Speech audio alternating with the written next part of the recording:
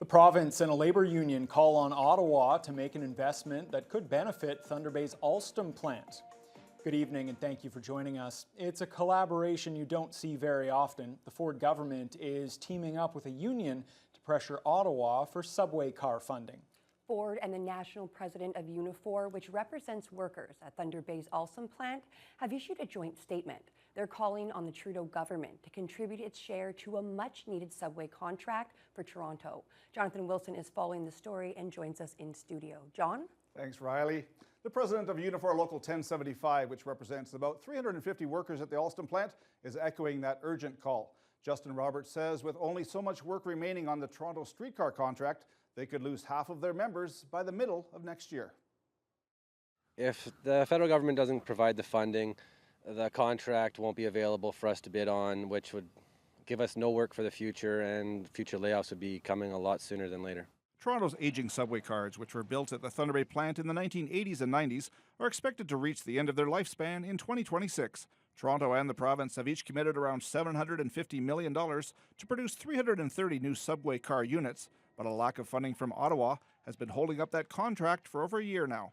The local plant also produced the newer Toronto Rocket subway trains in the early 2000s.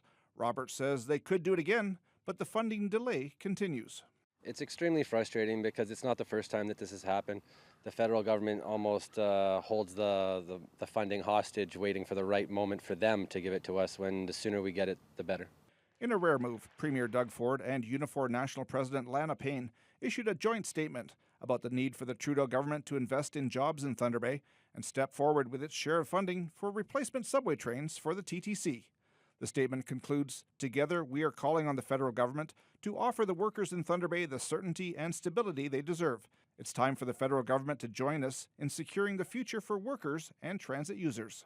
I like it, and I agree with it. Local MP Marcus Pulowski says he's continually lobbying his government for funding to keep the local Alstom plant open. He points out that some funding sources from the federal government have been tapped out, and the next funding envelope for things like the subway cars will open in 2026. But he recognizes that's not soon enough. Yeah, no, I'm absolutely advocating for this, and I will continue to, and it's something that concerns Toronto as well, and so there's a lot of MPs in Toronto who I think would also like to see this happen. I think we're definitely in favor of doing this. I'm very hopeful that the federal government will come through with the funding. They have in the past, and if they come through with this sooner than later, then our company can start bidding on the contract, and hopefully we get the contract here in Thunder Bay. A statement from the Transport Minister says the federal government will continue to collaborate closely with the TTC and the City of Toronto to understand how Ottawa can support their needs, but there's no word on when or if that subway funding will be delivered. Jonathan Wilson, TBT News.